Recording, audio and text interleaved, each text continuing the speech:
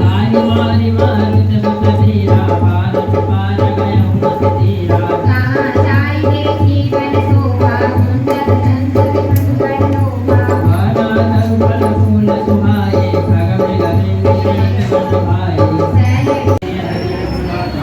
सिंधु तेरे कबूतर सुंदर कौतिक कोज चढ़ी उताऊ मन बार बार रघुवीर सहारी करते उपवन तनय मन भाई गिरि गिरि चरण दे हनुमंता चले सुगा पाताल तुरंता जिमि अमोघ रघुपति करवाना यही भांति चले हनुमाना जननी रघुपति दूत विचारी सै मैना होई श्रम हारी हनुमान ते कर साकर पुनि किन्न प्रणाम राम काज किन्ने बिना बिनु मोहि कहाँ विश्राम लखन सिया रामचंद्र की जय गणपति महादेव की जय जात पवन कपि बल देखा कहो मन बुद्धि विषेदा सुरसा नाम अहिं के माता पैसहि आई कही तेरी बाता बाकी लाल की जय हनुमान लाल की जय मुस्कुरान भी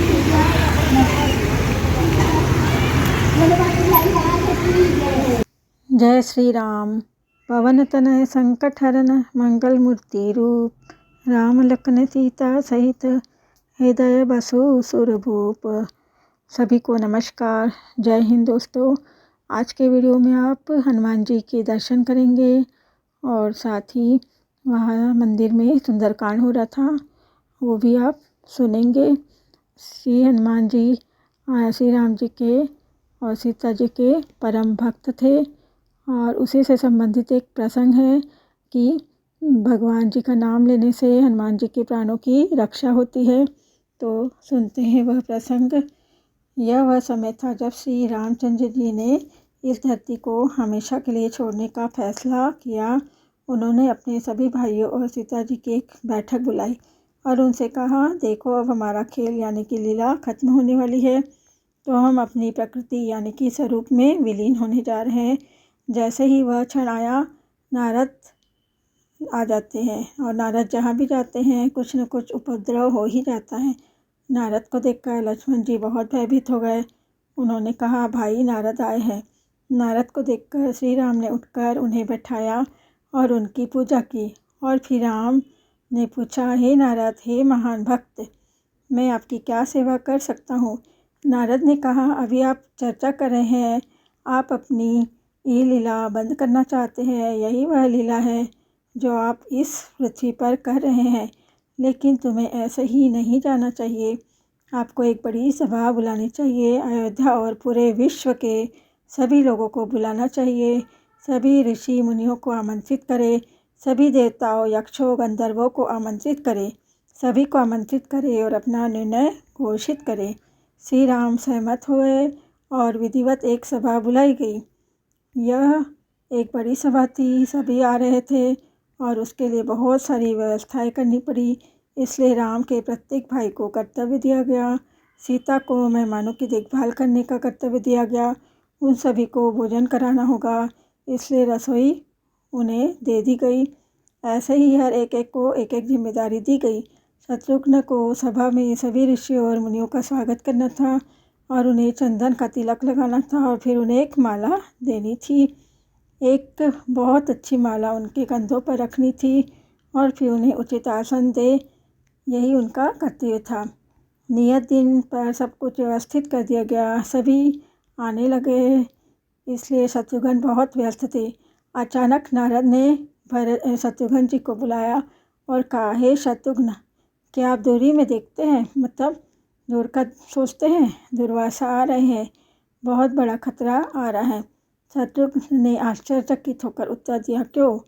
वह मेरे बड़े भाई राम से मिलने आ रहे हैं और राम उनके चुने हुए आदर्श इष्ट देवता है। जब भी दुर्वासा ध्यान के लिए बैठते हैं वह राम का ध्यान करते हैं और उनसे यहाँ कोई खतरा नहीं आएगा। तब नारद ने उन्हें सलाह दी, नहीं, दुर्वासा से तुम्हें बहुत बड़ा खतरा होने वाला है, मैं यह देख सकता हूँ। तो तुम यह करो कि दुर्वासा को किसी भी प्रकार से परेशान मत करो। जब वह आए तो आप उन्हें उनके आसन पर ले जाए, लेकिन उन्हें कोई तिलक या माला नहीं देनी है, क्योंकि जिस क्षण वह बैठेंगे वह श्री राम जी का ध्यान करेंगे और समाधि में लीन हो जाएंगे। और जब श्री राम आएंगे तो वह मेरी जिम्मेदारी है कि दुर्वासा को उठाओ, इसलिए इसकी चिंता मत करो। तो शत्रुघ्न ने सोचा कि कोई महान ऋषि बता रहे हैं।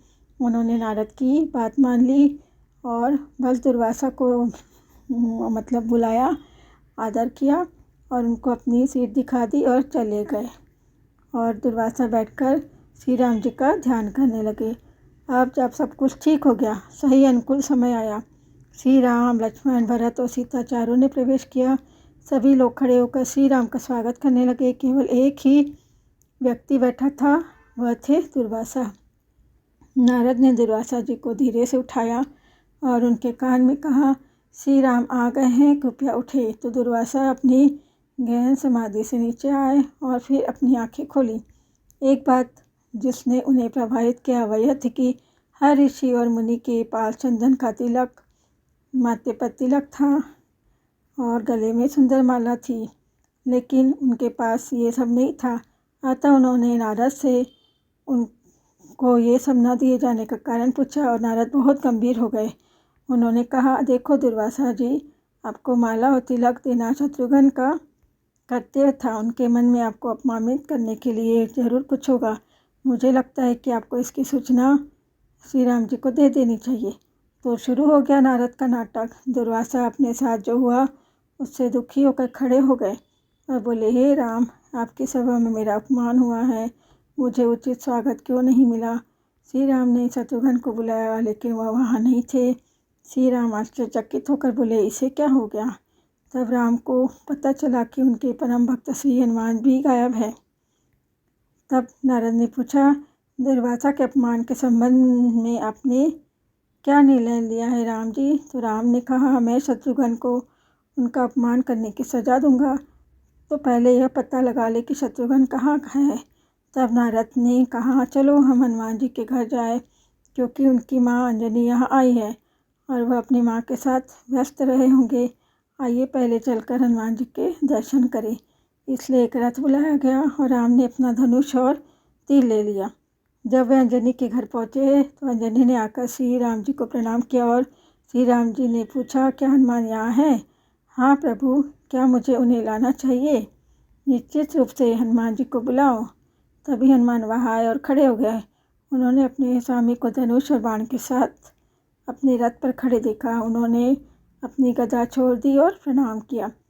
हे प्रभु, मैं आपके पवित्र चरणों को छूता हूँ, कृपया मुझे आशीर्वाद दे। श्री राम हमेशा की तरह हनुमान को देखकर बहुत प्रसन्न हुए।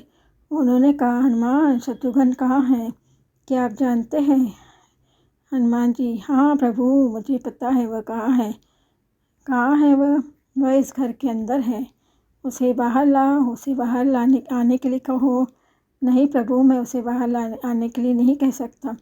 श्री राम अत्यंत आश्चर्यचकित होकर बोले, क्या मैं आपका प्रभु रामचंद्र बोल रहा हूँ। मेरे परम भक्त हनुमान को मैं तुम्हें शत्रुघ्न को बाहर निकालने का आदेश दे रहा हूँ। नहीं श्री राम जी, मैं उसे बाहर नहीं ला सकता। क्या आप उसका परिणाम जानते हैं, क्या आप इसका असर जानते हैं। हाँ प्रभु, यदि हम शत्रुघ्न को बाहर घर से ले जाएंगे तो पहले आपको मुझसे युद्ध करना होगा। मुझे हराओ और फिर शत्रुघ्न जी को ले जाओ। आश्चर्यचकित श्री राम ने कहा, क्या तुम्हें मुझसे लड़ना है। प्रभु और भक्त दोनों अब युद्ध के मैदान में हैं और गुरु को अपने भक्त को मारना है। सभी गंधर्व, यक्ष, देवता, ऋषि, मुनि वहाँ के दृश्य को देखकर आश्चर्यचकित हो गए। वह जो चाहते थे वे उसे पाने असमर्थ श्री राम ने अंततः अपना एक तीर उठाया और हनुमान पर निशाना साधा। सभी ने श्री राम से प्रार्थना की कि कृपया अपने राम बाण का प्रयोग न करें। यदि हनुमान जी को मार दिया गया तो क्या उनका कोई भक्त बचेगा। अब भगवान की पूजा नहीं की जाएगी, क्योंकि भगवान ने अपने ही भक्त को मार डाला है। यह बिल्कुल संभव नहीं है। इसलिए अपना अस्त्र नीचे रख दो। राम बाण भारत में आमतौर पर ऐसे किसी भी चीज़ के लिए इस्तेमाल किया जाने वाला जो बाण है जो अपने लक्ष्य से नहीं चूकता, क्योंकि राम बाण हमेशा आश्वस्त रहता है। उसे निशाना लगाना होगा और लक्ष्य तक पहुंचना होगा। लेकिन तब श्री राम ने निश्चय किया, नहीं, मुझे लक्ष्य बनाना चाहिए। और वहाँ पैदल खड़े होकर हनुमान ने भी श्री राम को चुनौती दी, कृपया अपने तीर पर निशाना लगाओ। तीनों लोग स्तब्ध थे और चिंतित थे कि क्या होने वाला है। और तीर सीधा हनुमान जी को लगा। वह सिर झुकाए, हाथ जोड़कर कृत मस्तक अंजलि खड़ा था और बोला, जय श्री राम, जय श्री राम, जय श्री राम। आश्चर्य की बात यह है कि राम का बाण हनुमान के चारों ओर 3 बार घूमकर वापस राम के पास आ गया। उसका तीर विफल हो गया। हनुमान भगवान का नाम जय श्री राम जपते रहे। और फिर राम ने नारद जी की ओर देखा। फिर समझ गए क्या वह इस सारे नाटक के पीछे थे। नारद जी मुस्कुराए, मानो हाँ कह रहे हों, और फिर बोले, अब और लक्ष्य नहीं है प्रभु, अपना तीर नीचे रखो। तब नारद ने आगे कहा, देखो, जब मुझे पता चला कि तुम इस पृथ्वी पर, तो मतलब राम जी आप अपना खेल समाप्त करने जा रहे हो, तो मैंने सोचा कि आप चले जाओगे, आपका रूप चला जाएगा, आपका शरीर चले जाएगा, लेकिन आपका नाम रहना चाहिए। आज सारी सृष्टि ने देख लिया कि आपके नाम से आपके भक्त की रक्षा आपके ही बाण से होती है।